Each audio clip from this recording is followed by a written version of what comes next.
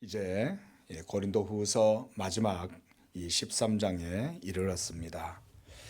사도 바울은 이 고린도후서를 통해서 계속해서 고린도 교회 내에 있는 문제들을 지적을 하고 그것을 시정하기 위해서 계속 애를 썼습니다. 고린도 교회 내에 큰 문제는 먼저는 거짓 교사들이 이 고린도 교회 내에 흘러 들어와서 자신들의 이익을 위해서 고린도 교회 성도들을 볼모로 잡고 그렇게 해서 거짓된 교훈을 전함으로 고린도 교회 신앙을 황폐케 하고 고린도 교인들의 신앙의 확신을 빼앗고 이렇게 해서 그들의 믿음을 뒤흔들었던 것이 바로 거짓 교사들, 거짓 선지자들이었던 것이죠. 그리고 또 두 번째 문제는 고린도 교회 교인들의 연약한 믿음이었습니다. 당시까지만 해도 아직까지 이 초대교회의 상황이었고 그리스도 복음이 막 지중해 연안에 이렇게 전파되고 있는 상황이었긴 해도 아직 그리스도 교회의 기초가 튼튼하게 세워진 때가 아니었다는 점을 우리가 감안해 볼 때 이 고린도 교회 성도들의 여러 가지 시험과 여러 가지 갈등이나 이런 모습들, 연약한 모습들은 그렇게 보면 우리가 또 충분히 이해도 할 만한 거예요. 오늘날은 이제 기독교 역사가 2000년이 지나면서 이렇게 전 세계로 퍼지는 가운데에 신학도 발전하고 교리도 발전하고 이렇게 해서 교회도 또 외형적으로 조직도 갖추어지고 이렇게 해서 교회가 온전하게 그래도 틀을 갖추었지만 그때까지만 해도 이 그리스도 복음의 도에 대해서는 거의 전무하다시피 한 그런 상황이었다고 생각을 하면 되는 거예요. 더군다나 헬라의 그런 철학 사상, 이런 사상들에 거의 이렇게 물들어 있었던 사람들이 세계관과 가치관, 사상들을 바꾼다는 것도 결코 쉬운 일은 아니었죠. 신화나 미신에 사로잡혀 사는 사람들에게 이 복음을 전해서 그 복음 가운데 온전하게 세워진다라고 하는 게 우리가 그렇게 쉬운 일은 또 아니었던 것이죠. 그러나 그들을 변화시키고 그들로 하여금 온전한 사람이 되게 하는 것은 사도 바울의 수고 때문에 되는 것이 아니라 사실은 사도 바울을 통해서 역사하시는 하나님이 그렇게 하신 거죠. 하나님이 하심으로 고린도 교회의 연약한 모든 사람들의 믿음을 하나님께서 이렇게 세우실 때 사도 바울은 종이었습니다. 종으로 섬기고 그를 통해서 하나님이 일을 하셨던 것이죠. 그래서 사도 바울은 지금도 계속해서 이 고린도 교회의 연약함과 또 잘못된 것들을 시정하고 고치기 위해서 부단한 마음으로 지금 고린도 교회에 편지를 쓰고 있는 것이죠. 그래서 오늘 1절에서도 이제 마지막으로 사도는 이제 고린도 교회에 대한 그동안의 자기의 모든 마음을 담아서 이제 정리하는 의미에서 마무리를 하고 있는 거예요. 13장이.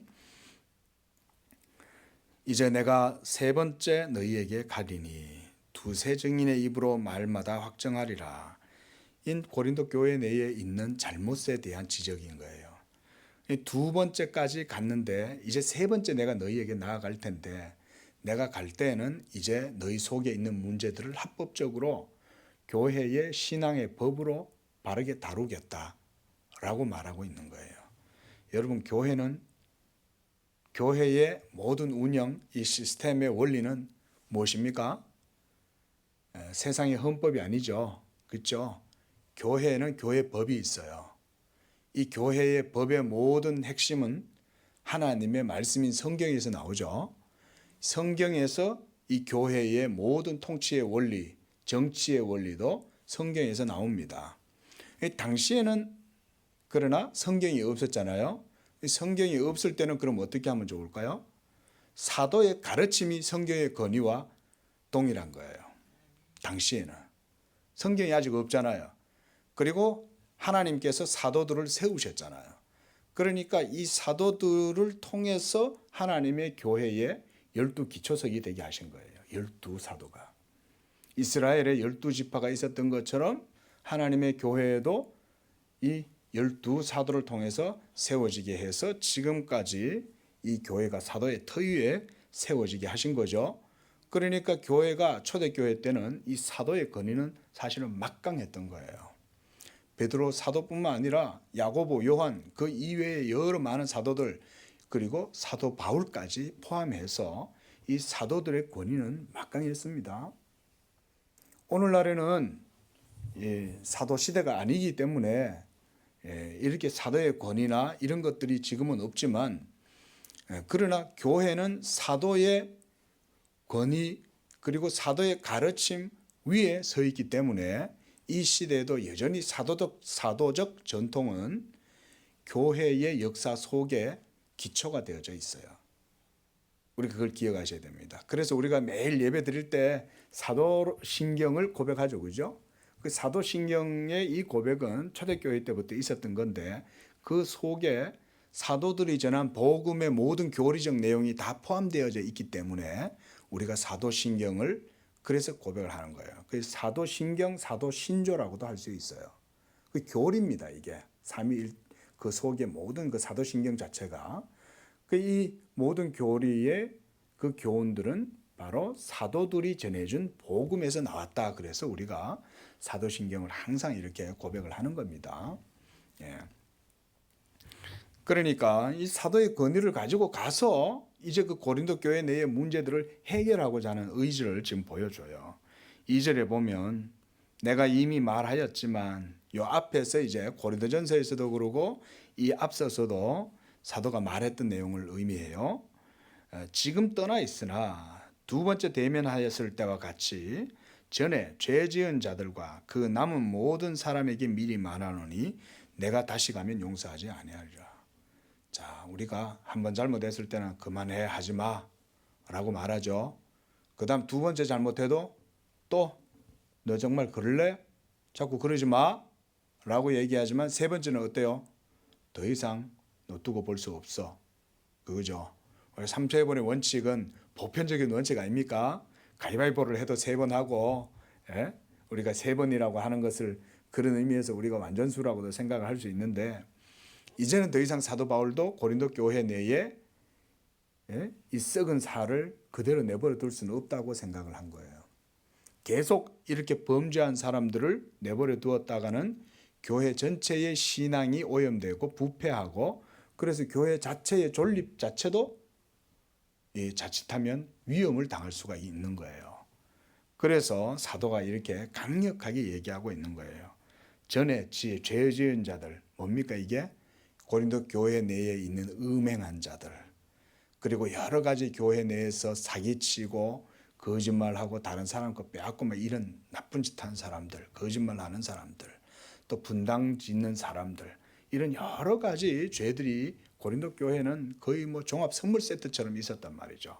그래서 사도 바울이 교회 성도들을 아끼고 사랑하지만 교회 내에 있는 이런 문제들에 대해서는 결코 자시하지 않겠다라고 하는 것을 분명히 얘기해 줍니다.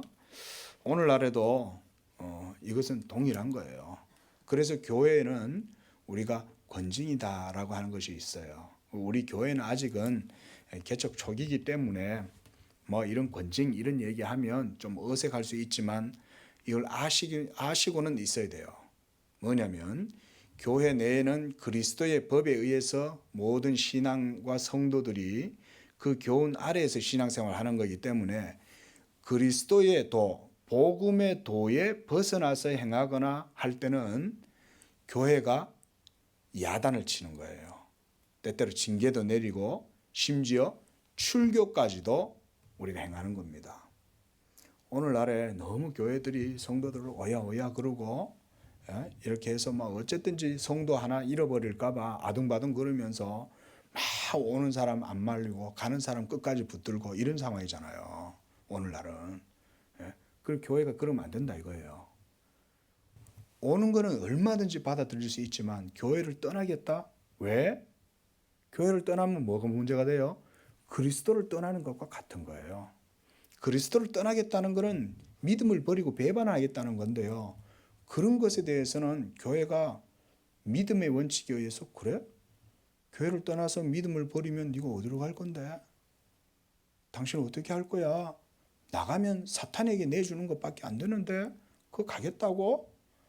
이렇게 한두 번 정도 권면을 할 수 있지만 애걸복걸해서 교회에 뭔가 숫자를 채우고 교회의 재정적인 뭐 어떤 그런 이유 때문에 뭐 우리가 막 사람을 붙들고 이렇게 해서는 안 된다는 것이죠. 교회는 전적으로 하나님이 하시고 하나님의 통치 가운데 이루어지므로 하나님의 영광과 하나님의 이름에 합당하게 교회 사역이 이루어져야 돼요. 우리 성도님들이 이 점을 분명히 마음에 새겨 놓으시기 바랍니다. 그래서 우리 교회는 성도가 잘못하면 야단할 수 있어야 돼요. 그 교회 성도를 야단을 치면 어디로 가버릴까 봐 야단도 못 치고 잘못해도 잘못했다고 말도 안 하고 그냥 그러고 잘했다 이러면 그건 교회로서의 직무를 유기하는 거예요. 그게 아니라 그리스도의 도에 벗어나서 믿음에서 파선해서 하나님의 법을 굴복지 않고 자꾸 불순종하고 막 어그러진 길로 걸어가면 야단을 치는 거예요. 첫 번째, 너 그렇게 할래? 그렇게 하지 마시오. 두 번째도 또 그러면 그거 잘못됐어. 세 번째는 더 이상 할 수 없어. 이렇게 되는 거예요. 지금 사도 바울도 지금 교회를 하나님의 기준에서 교회를 세워나가고 있다는 것을 우리에게 보여주죠. 그게 하나님의 기준 아닙니까? 그러면서도 사도 바울은요, 끝까지 이 성도들을 그리스도 안에 진리로서 훈계를 해요. 그러면서 그들을 또한 그들의 마음을 설득해요. 복음으로 설득을 하고 있어요. 3절에 보면 이는 그리스도께서 내 안에 말씀하시는 증거를 너희가 구함이니 그는 너희에게 대하여 약하지 않고 도리어 너희 안에서 강하시니라. 이렇게 말씀합니다. 자, 너희 안에서 강하시다. 이 교회 안에서 그리스도는 강하시다는 거죠. 예? 여러분 안에 계시는 그리스도는 강하신 분인 줄로 믿습니다. 눈에 보이지 않고 이래도 교회의 생명은 그리스도에게 있습니다. 보이지 않는 그리스도는 이제 성령으로 우리 안에 거하시는 거예요. 그리고 교회를 말씀으로 성령께서 다스리고 계시는 거예요. 믿으시기 바랍니다. 그래서 교회를 영적인 공동체라고 하는 거예요. 이 지상의 교회는 하나님이 계시는 거예요. 이곳에. 여러분 속에 계시는 거예요. 여러분 속에. 그래서 사도는 고린도 교인들이 자신들 안에 거하시는 이 그리스도를 멸시하지 말 것을 말하고 있는 거예요. 그게 바로 3절의 말씀이에요. 그리스도께서 내 안에서 말씀하시는 증거를 너희가 구함이니 그는 너희에게 대하여 약하지 않고 도리어 강하시다. 여러분 예수님 어떤 분이에요? 우리 안에 계시는 예수님, 교회 가운데 거하시는 하나님, 바로 그분 누구십니까? 그분은 모든 이름 위에 뛰어난 이름이시잖아요. 지존하신 주님이시잖아요. 예? 하나님께서 그를 모든 이름 위에 지극히 높여 모든 무릎이 이 예수의 이름 앞에 무릎을 꿇게 하셨잖아요. 그 만유의 주가 바로 우리 양재교회 여러분 가운데 계시는 강하신 하나님, 우리 주 예수님인 줄로 믿습니다. 이는 우리 신약의 모든 교회 성도들에게 동일하게 인식되고 고백하고 찬양해야 할 제목이죠. 우리 안에 계시는 하나님, 지존하신 주님 이름 앞에 이렇게 우리 찬양하잖아요. 모든 이름 위에 뛰어난 이름, 예수는 주, 예수는 주. 우리 안에 계시는 이름, 그 예수는 모든 이름 위에 뛰어난 이름인 거예요. 우리가 믿음이 없고 믿음의 알력이 약해서 그리스도의 영광을 잘 보지 못하고 묵상을 못해서 그렇지, 그리스도는 온 우주 만유 위에 지금 뛰어난 주님이신 거예요. 그래서 4절에서 사도는 그 그리스도가 결코 약하시지 않다고 말하고 있어요. 그러면서 여기서 그리스도께서 약하심으로 십자가에 못 박히셨으나 하나님의 능력으로 살아계시니 우리도 그 안에서 약하나 너희에 대하여 하나님의 능력으로 그와 함께 살리라. 자, 여러분 예수님이 십자가에 못 박히셨지만 하나님께서 이 예수를 다시 살리셔서 그를 지극히 높여 모든 이름 위에 뛰어난 이름이 되게 해주셨다라고 하시는 이 고백이 있잖아요. 그리고 그를 믿는 우리도 이제 그리스도와 함께 십자가에 못 박힐 뿐 아니라 그와 함께 십자가에 못 박힌 자들은 또한 그의 살아계심과 함께 또한 우리도 다시금 살아난다. 그러나 이 초대교회 당시에는 아직 특히 이방의 교회들, 유대교회뿐만 아니라 이방 교회도 마찬가지였죠. 그리스도 십자가의 이 복음의 의미를 깊이 있게 알지 못했던 거예요. 아무리 설명을 해도 믿음이 없으면 이 그리스도 십자가의 의미가 깊이 다가오질 않아요. 십자가는 저주와 치욕의 상징이고 하나님의 아들이 십자가에 못 박혔다라고 하는 그런 이야기는 고린도 교인들에게 그렇게 매혹적인 그런 이야기로 들리지를 않았던 거예요. 하나님의 아들이 십자가에 못 박혀 죽으셨다는 것이 그들에게 어쩌면 매우 생소하게 느껴졌을 수도 있을 거예요. 처음에 들을 때는 사도가 와가지고 직접적으로 막 능력을 행하고 사도가 권능을 통해서 막 성령이 역사하고 말씀이 전해질 때 막 병자가 낫고 이런 기적들이 일어났을 거예요. 고린도 교회에도. 그게 여러분 사도시대 때는 그랬어요. 사도가 진짜 기도하면요 그 자리에서 막 병이 낫고 죽은 자도 일어나고, 그게 사도시대 때 하나님께서 사도들을 그렇게 쓰신 거예요. 오늘날은 하나님이 그렇게 하실 필요가 없어요. 하나님이 교회를 세우실 때 그런 역사를 통해서 행하셨기 때문에 이 사도의 권능은 그래서 오늘날의 목사들의 권능하고 같지 않습니다. 여러분, 사도들은 말 그대로 사도예요. 그러니까 여전히 그런 걸 볼 때는 믿음이 확 자라는 것 같다가 또 사도가 멀리 떠나 있으니까 믿음이 약해지는 거죠. 사도가 항상 옆에서 막 가르쳐주고 또 능력을 행하고 보여주고 이러면은 이러다가 또 사도가 없으면 금세 또 마음이 돌아서고 의심이 생기고 불안해지고 확신이 없어지고 막 이렇게 되는 거죠. 이게 여러분, 우리가 이렇게 믿음이 연약하잖아요, 사람이라는 게. 그러나 그리스도는 하나님이시요 사람이신 영원한 말씀이시죠. 그는 하나님이시면서 사람이시지만 그 사람이 되신 예수 그리스도는 영원한 하나님의 말씀이시잖아요. 그럼에도 불구하고 사도는 그리스도께서 약하심으로 죽으셨다고 말해요. 여러분, 그리스도께서 약하심으로 죽으신 것은 뭐 때문에 그렇게 약하셔서 죽으신 거죠? 바로 그 약하심을 본인 스스로 택하시고 그것을 자기가 또 맡으신 거죠. 약하심을 맡아주신 거예요, 본인이. 이걸 우리가 자기를 비우셨다. 그분은 완전한 하나님이시지만 자기를 모두 비우신 거예요. 그래서 성육신 하심으로써 자기를 완전히 비우셔서 자기의 능력, 신성을 가지고 우리를 대하시진 않았어요. 예수님의 우리가 요한복음에서도 봤지만 마태복음에서도 봤지만 예수님의 모든 사역의 특징은 자신도 하실 수 있지만 안 하시는 거예요. 대신에 한결같이 우리와 같이 배 고물에서 주무시고 나사로의 죽음 앞에서 같이 울어주시고 배고픈 사람들, 연약한 사람들과 함께 해주시고 이렇게 하시는 것이 예수님이셨지, 예수님이 자신의 영광과 자신의 높은 권세를 막 우리한테 드러내 가지고 막 하신 분이 아니었죠. 그럼에도 불구하고 성령이 그리스도와 함께 역사해서 우리로 하여금 예수 그리스도를 바르게 믿을 수 있도록 또한 그리스도의 영광을 나타내 보여주신 것은 예수님이 아니라 성령님이 하시는 거죠. 예수님은 자기의 영광을 안 드러내시려고 그러는 거예요.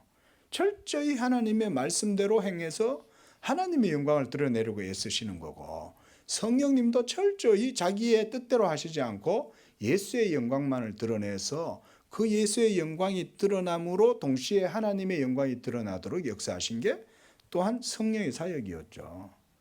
그러니까 그리스도가 최후까지 자기의 약하심을 내세우고 그 약하심으로 십자가에 못 박히는 것까지도 마다하지 않고 죽으신 것은 그가 진짜 약해서 그러신 게 아니었던 거죠.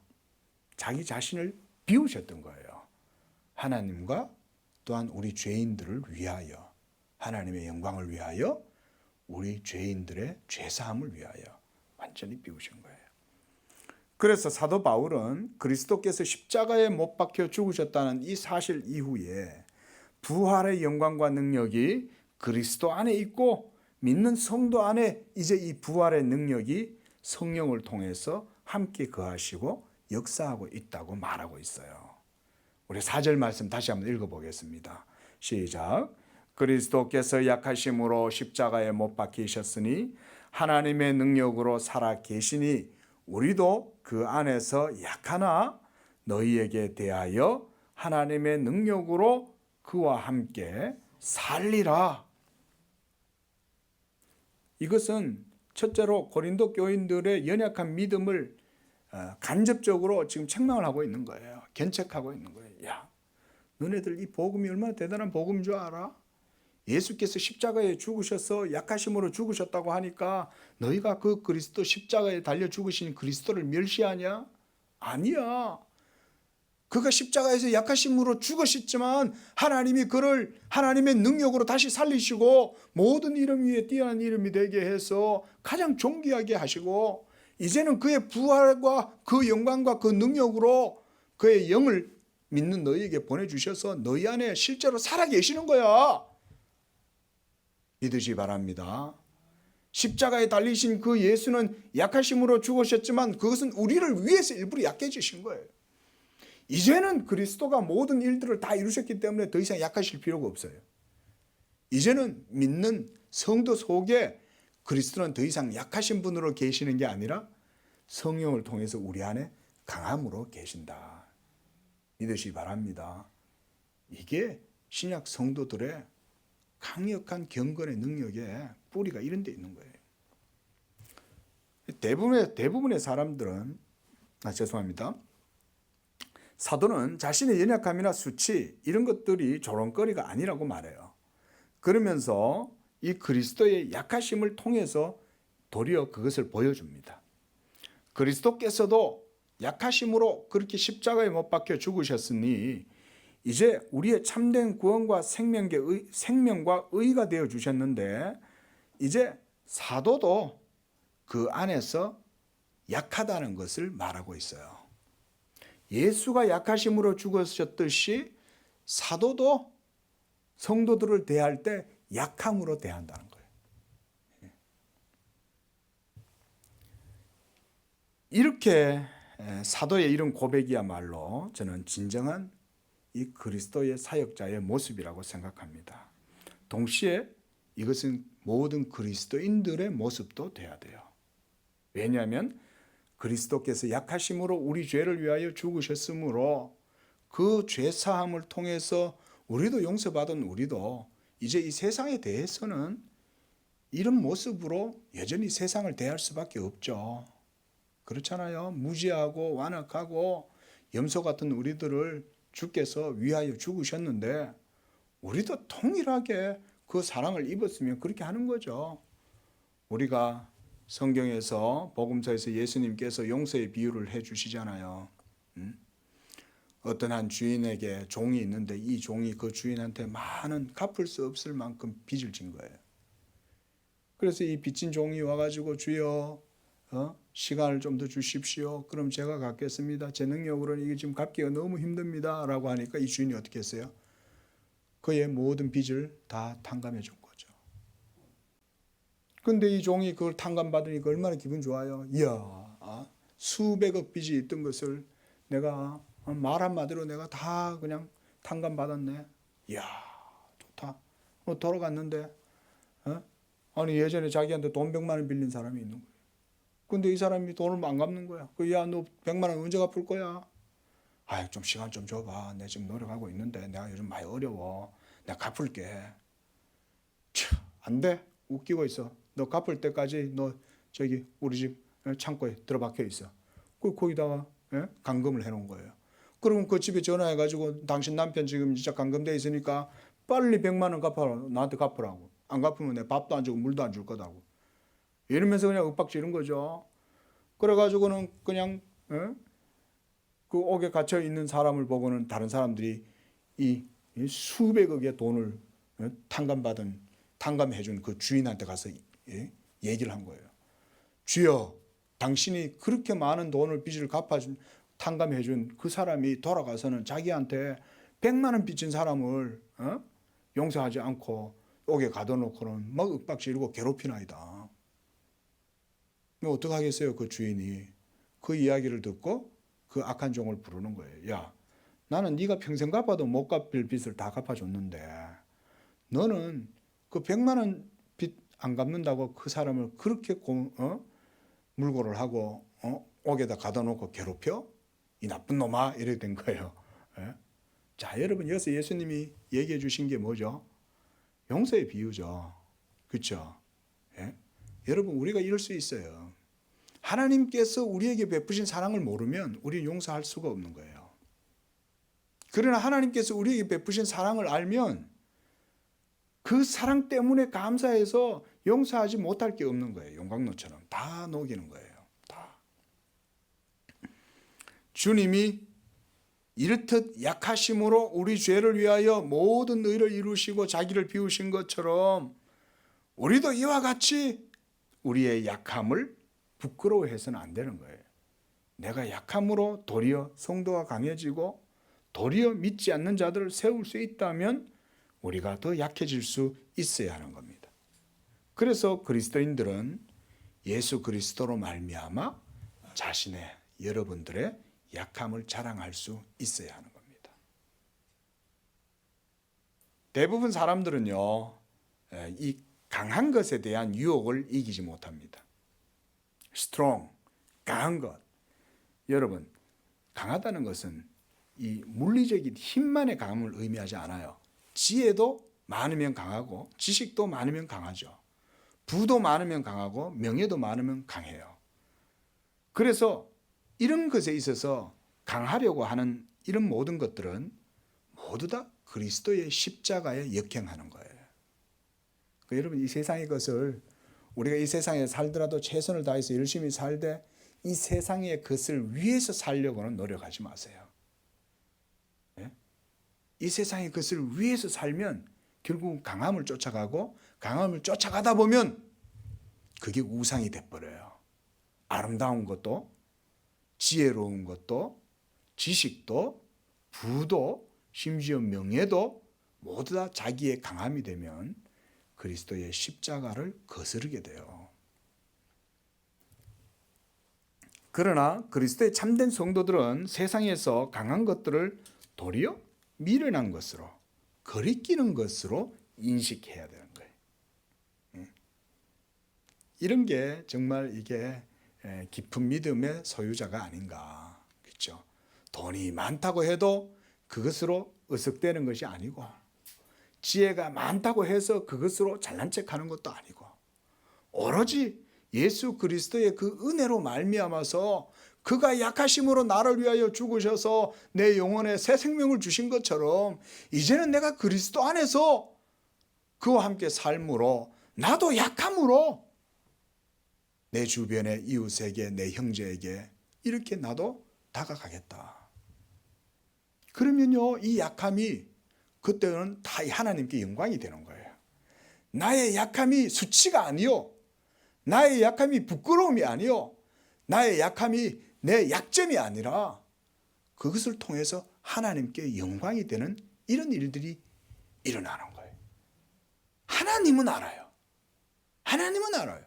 여러분들이 약해서 수치를 당하고 자존심 상하고 그것 때문에 여러 가지 불이익을 당할 수 있어도 그러나 믿음으로 여러분들이 약함을 택하면 하나님이 아세요. 저는 나중에 하나님께서 상 주실 때 이런 거 위에 상 주신다고 봐요. 그래, 너는 나 때문에 수욕을 참았구나. 너는 내가 십자가에서 왜 죽었는지 알기 때문에 그 믿음으로 모든 환난과 모든 핍박과 조롱과 멸시를 참았구나. 잘했다. 주님이 이런 것에 칭찬하시지 않겠어요? 저는 주님께서 이것에 대해서는 반드시 이 세상에서도 이것에 대해서는 반드시 상을 주신다고 봐요. 여러분 성도님들의 삶이 이와 같이 그리스도를 의지하고 살아갈 때 그래서 약함을 도리어 자랑하고 그 안에서 믿음으로 하나님께 영광을 돌리면 하나님은 그 믿음에 반드시 상을 줍니다.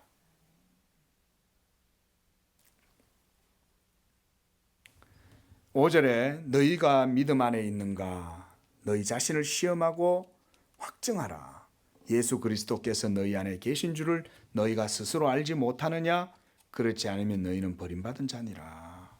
참, 이 말씀도 우리에게 굉장히 중요한 교훈을 줘요. 이 말씀이. 먼저 첫째로 이 자신의 믿음, 내 믿음이 참된 믿음인가? 이걸 확증하라는 거예요. 이 말씀은 확증할 수 있다는 얘기예요? 확증할 수 없다는 얘기인가요? 확증할 수 있다는 얘기죠. 확증하라 그랬잖아요. 사도가 확증하라고 말을 했을 때는 여러분들이 가지고 있는 이 믿음을 객관적으로 검증할 수 있다는 얘기입니다. 그래서 사도가 이 말씀이 우리에게 주는 교훈이 우리에게 매우 유익한 교훈이에요. 왜냐하면 우리들의 믿음을 이런 말씀들을 통해서 돌아볼 수가 있잖아요. 대부분 사람들이 믿음을 주관적인 것이라고 생각합니다. 믿음은 주관적인 영역에 속합니까? 객관적인 영역에 속합니까? 이렇게 질문하면 거의 대부분의 사람들은 주관적인 영역에 속한다고 대답할 확률이 높아요. 그런데 그것은 성경적인 믿음의 이해는 아닙니다. 성경적인 믿음의 이해는 성도가 가진 믿음, 그리고 그 믿음으로 하나님께 죄사함 받고 의롭다함을 얻어서 구원을 얻잖아요.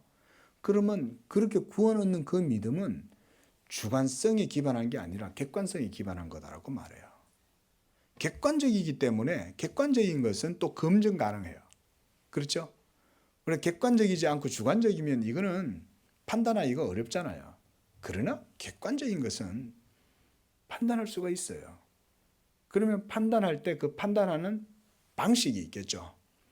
예? 객관적인 원리를 그걸 또 판단할 수 있는 방식이 또 있기 마련이죠. 하나님께서 주신 은혜들은 모두 다 예수 그리스도를 통해서 믿음으로 얻게 되는 것입니다. 오늘 여러분 이 말씀을 잘 들어보십시오. 그러므로 성도는 자신의 믿음을 확증할 수가 있어요. 사도가 그걸 얘기해 주고 있는 거예요. 왜냐하면 믿음은 진리를 따라서 나오는 것이기 때문에 그래요.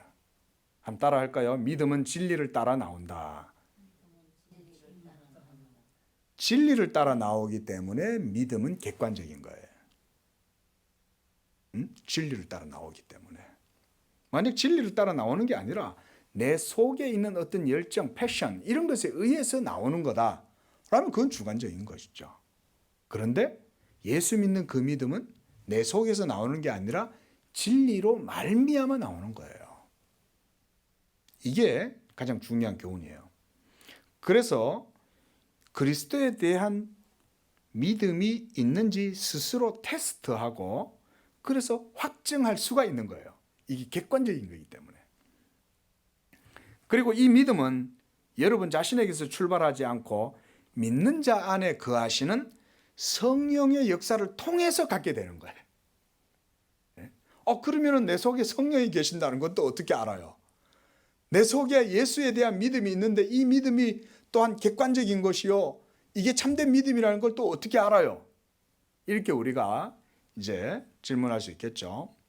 여러분, 예수 그리스도에 대한 믿음의 고백은 이처럼 진리의 성령께서 믿는 여러분 속에서 역사하셔서 여러분들이 하나님의 자녀이고 그리고 여러분들이 그리스도의 것인 것을 성령이 여러분 속에서 증거를 해주세요.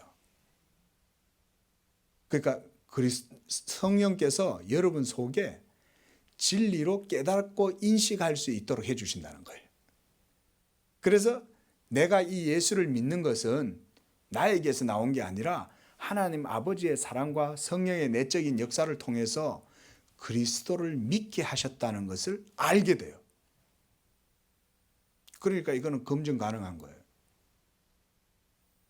그래서 이 예수 믿음의 고백이 있는 자는 자신의 믿음을 이러한 영적인 원리, 진리의 방식 안에서 검증할 수가 있어요. 그리고 그건 어렵지 않아요. 간단해요.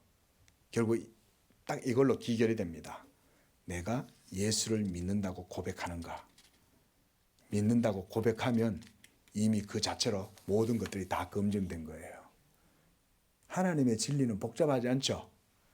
누누이 말씀드리지만 우리에게 주신 하나님의 구원하시는 진리는 복잡하지 않습니다. 사변적이지 않습니다. 추상적이지 않아요. 모호하지 않아요. 클리어하고 간단하고 명료해요. 예수 그리스도를 내가 믿는가? 그건 자기 스스로 알 수 있어요. 나를 의지하는가? 예수를 믿는가? 여러분 스스로 고백할 수 있는 거예요. 그렇다고 해서 여러분 그렇게 검증 가능한 믿음이라고 해도 내 믿음이 100% 확실한 믿음이어서 그렇다는 것도 아닙니다, 여러분. 우리의 믿음이 강해서, 그래서 내 믿음이 튼튼하면 내 확신이 분명해지고 믿음이 확실해지고 그런 게 아니죠. 내가 믿음이 요만하든 내 믿음이 엄청 큰 믿음이든 간에 내 믿음이 아주 약하든 내 믿음이 강하든 간에 내가 예수를 믿는 믿음만 있다면 그것이 작은 믿음이든 보잘것없는 믿음이든 연약한 믿음이든 모두 다 그것이 하나님께로부터 나는 것이므로 예수 믿는 믿음을 고백하는 그 자체가 바로 내가 그리스도 안에 있다는 것을 확증하는 거예요. 간단하죠? 복잡하지 않잖아요. 세 가지 원리가 있는 게 아니고 순환 논법이 있는 게 아니잖아요. 당신 예수 믿습니까? 예, 저 예수님 믿어요. 마음으로 정말 믿고 예수님이 나의 주님이요. 예수님의 십자가에서 나의 모든 의를 다 행하시고 이루셨어요. 이제는 그의 모든 의가 내게 전가되었고 내가 그 의를 믿음으로 내 모든 죄를 하나님이 간과하시고 나를 용서하시고 그 믿음으로 하나님이 나를 자녀 삼아 주셨어요. 예수 믿음만 있으면 이것은 확증 가능한 겁니다. 자, 이렇게 믿는 자 안에 그리스도의 증거가 있기 때문에 이 성령의 역사를 통해서 믿는 자는 자신의 믿음을 확증할 수 있습니다. 그러나 동시에 믿는다고 하는 자신의 마음 안에 이 그리스도에 대한 증거가 없는 사람은 그가 아무리 믿음을 말한다고 해도 그것은 허풍선에 불과한 거예요. 믿음이란 말을 쓰고 내가 믿는다고 아무리 떠들어도 그것은 진리로 말미암아 난 믿음이 아니기 때문에 지금 이 고린도 교회 내에 들어와서 고린도 교인들의 믿음을 교란시키고 회방하고 사도를 대적하게 하고 그들 속에 있는 믿음은 참된 믿음일까요? 예? 그렇지 않다고 볼 수 있죠. 그들은 모두 다 믿음으로 그리스도를 섬기지 않고 자기들의 이익이나 명예나 자랑을 위해서 지금 하고 있는 거잖아요.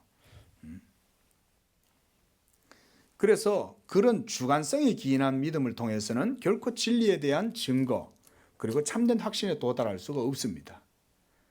그저 사변 가운데서 방황하다가 스스로 믿음을 암시적으로 붙들고 있어요. 나는 믿는다, 나는 믿는다, 나는 믿는다. 내가 물류를 걸을 수 있다, 걸을 수 있다, 걸을 수 있다 라고 말하면 걸어집니까? 그럴 수 없죠. 베드로가 물류를 걸었던 가장 주요한 본질은 뭡니까? 예? 뭐였어요? 베드로가 물류를 어떻게 해서 걸을 수 있었어요? 그렇죠. 예수님을 믿은 게 그게 중요한 거죠. 그때 예수님 믿음에서 또 중요한 요소가 하나 있었죠. 주여 나로 물리를 걸어오라 하게 하소서라고 말하잖아요. 내가 걸어가겠나이다가 아니라 주께서 말씀해 주시면 제가 걸어가겠나이다. 이게 거기에서 중요한 포인트예요. 그 예수님이 come, 오라 그랬단 말이에요. 오라고 하니까 베드로가 저벅저벅 물리를 걸어간 거예요. 이게 여러분 믿음의 원리예요. 하나님의 말씀이 믿음의 본질이에요. 그리고 그 말씀이 있다면 그 믿음에는 능력이 나타나는 거예요. 또 그 말씀을 붙들고 기도하면 기도의 능력도 거기에서 나타나는 것입니다. 그러나 하나님의 말씀에 기초하지 않은 믿음을 가지고 있다가는 반드시 그 믿음은 언젠가는 아침 안개처럼 바람에 날려서 다 사라져 버립니다. 이러한 자들의 믿음은 그래서 바람에 나는 겨와 같다. 그들 안에는 하나님의 택하심의 증거, 곧 그리스도로 말미암는 이런 믿음의 증거가 없기 때문에 진리에 서지 못하고 그들은 멸망의 길을 벗어날 수가 없게 돼요. 여러분, 하나님의 자비하심, 선하심, 인자를 믿으시기 바랍니다. 예수 믿는 믿음은 하나님의 선하심을 굳게 믿는 거예요. 여러분들이 믿음이 강하다고 해서 그 믿음 때문에 하나님이 여러분들을 구원하시는 게 아니에요. 원리적으로는 하나님의 자비하심과 선하심, 긍휼이 있기 때문에, 그것 때문에 내가 예수를 믿는 믿음이 너무나 연약해도 예수 믿기 때문에 구원해 주시는 거예요. 여러분들이 예수를 잘 믿어서 구원해 주시는 게 아니에요. 예? 그게 영적인 진리인 거예요. 사람들이 착각하는 게 내가 잘 믿으면 구원받는다. 여러분, 이것은 성경적인 게 아니에요. 내가 믿음이 연약해도 예수를 믿고 있으면 그 작은 믿음조차도 성령의 은혜, 하나님의 긍휼과 자비 때문에 구원받는 거예요. 이렇게 사도의 터와 교훈, 그리고 교회의 이 교리 위에 교회의 또 성도의 모든 믿음이 세워져 있는 것이 바로 절대적인 중요성을 갖는 거예요. 사도의 터 위에 서는 거. 그래서 사도들이 전해준 이 복음을 듣고 그 가르침 교훈 위에 신앙의 틀을 세우는 것은 오늘날도 마찬가지로 중요합니다. 우리 양재교회를 지금 그렇게 세워가려고 그러는 거잖아요. 그래서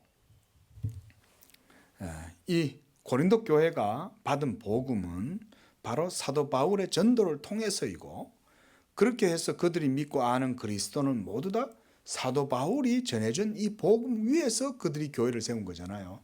그렇죠? 그런 사도 바울을 이제는 무시하고 없인 여긴다면 그것은 결국 누구한테 그 모든 피해가 돌아갈까요? 고린도 교인들 자신들에게 돌아가는 거예요.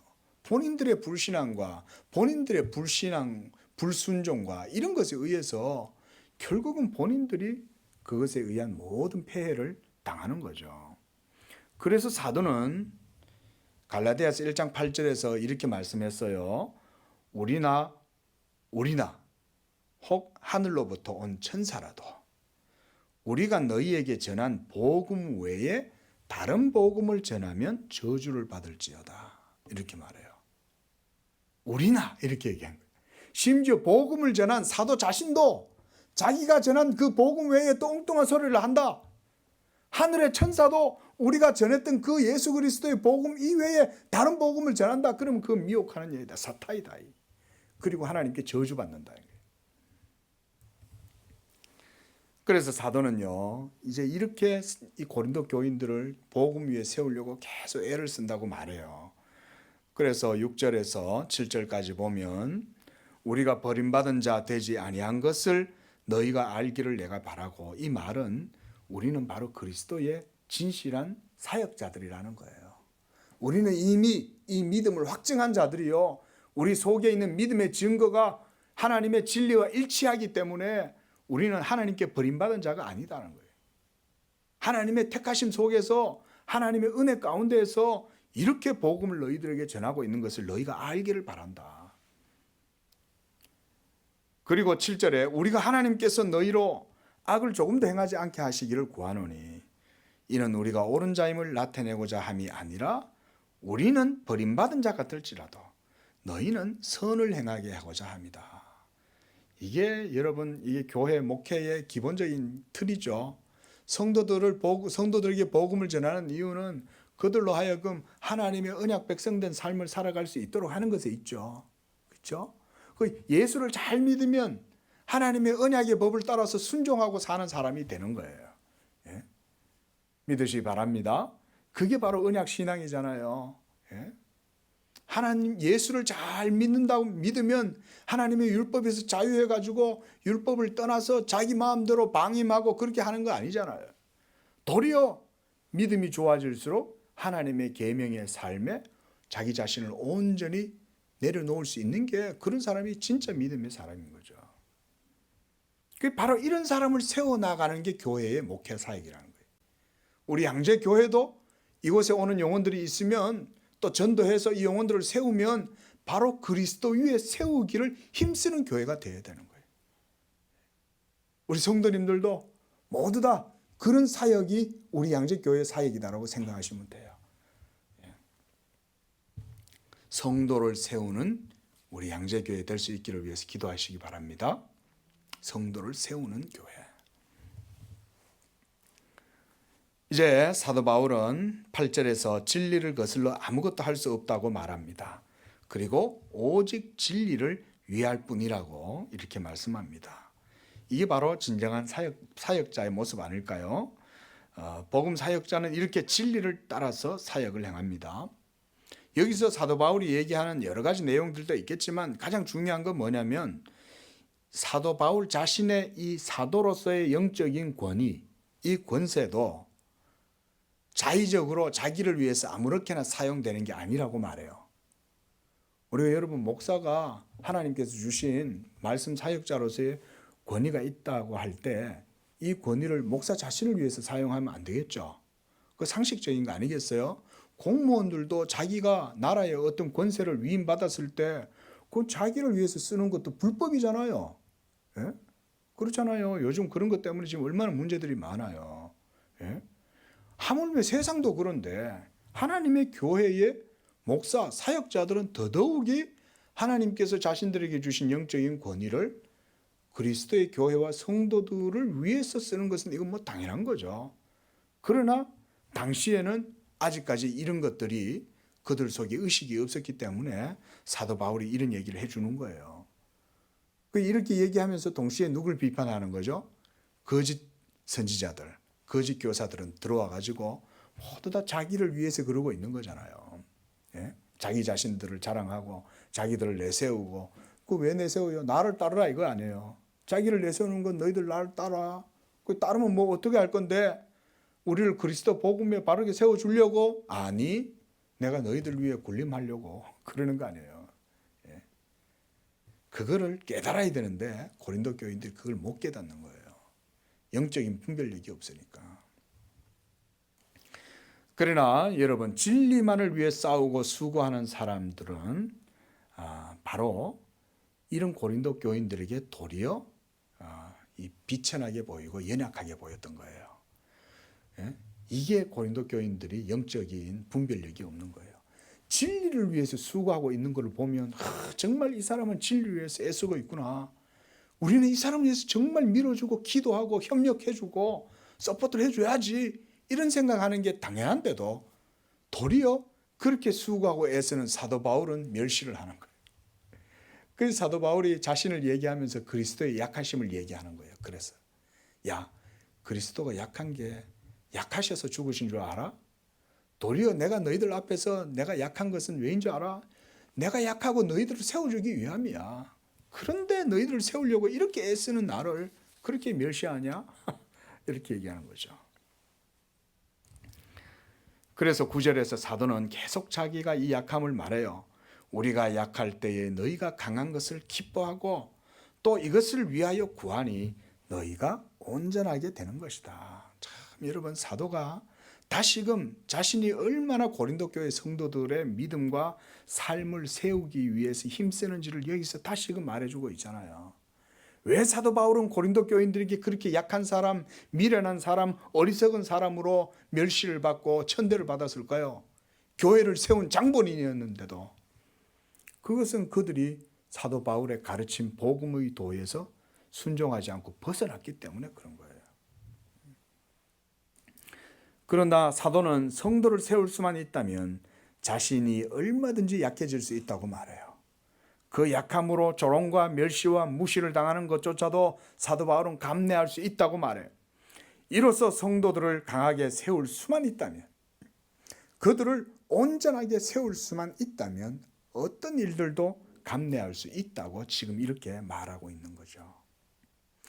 그러므로 10절에 내가 떠나 있을 때에 이렇게 쓰는 것은 너희를 대면할 때에 주께서 너희를 넘어뜨리려 하지 않고 세우게 하려 내게 주신 그 권한을 따라 엄하지 않게 하려 합니다.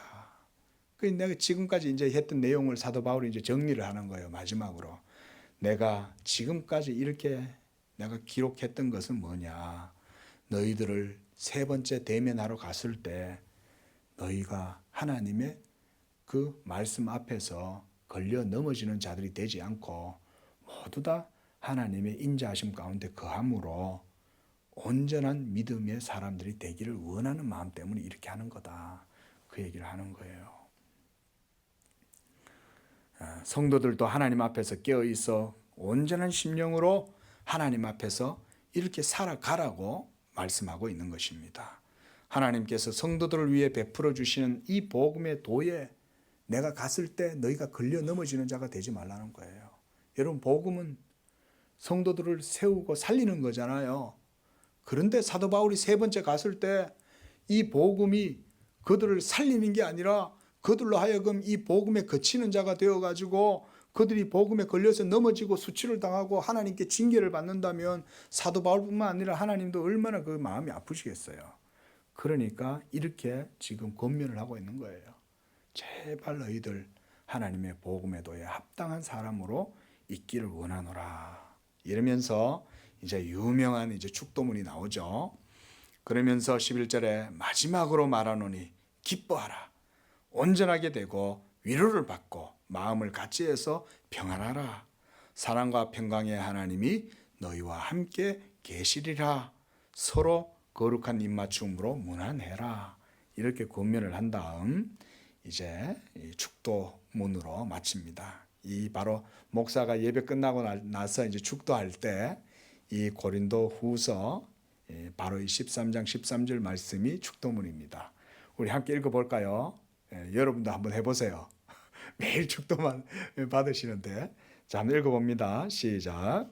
주 예수 그리스도의 은혜와 하나님의 사랑과 성령의 교통하심이 너희 무리와 함께 있을지어다. 아멘. 참 여러분, 이렇게 복음의 모든 은총과 하나님의 모든 자비와 은혜는 바로 이렇게 삼위일체로부터 우리에게 주어지는 거예요. 그런데 예수 그리스도를 통해서, 그래서 그리스도가 먼저 나오는 거예요. 보통 우리가 논리적으로 하면 성부가 먼저 와야 되잖아요. 그런데 사도는 여기서 성부를 먼저 언급 안 하고 예수 그리스도를 먼저 언급하는 것은 뭐 때문이냐? 우리가 하나님 아버지께 나아가는 것은 예수 그리스도의 은혜를 주심으로 나가는 거잖아요. 그러니까 저는 여기서 사도가 먼저 예수님의 은혜를 언급을 먼저 하고 있다. 그래야만 우리가 하나님의 사랑도 알 수 있거든요. 예수님의 은혜를 알지 못하면 하나님께로 나아갈 수도 없잖아요. 그 중보자 예수 그리스도를 먼저 세우고 그 다음에 그 예수 그리스도를 보내주신 하나님 아버지의 사랑을 말하고 또한 성령 안에서 이 모든 것들이 우리에게 은총으로 주어졌다라는 것을 사도가 이렇게 말하고 있습니다. 이렇게 함으로 삼위일체 하나님의 이 구원의 은혜가 고린도 교회 성도들 여러분들과 함께 있기를 원하나이다. 이렇게 기도하고 있습니다. 기도하겠습니다.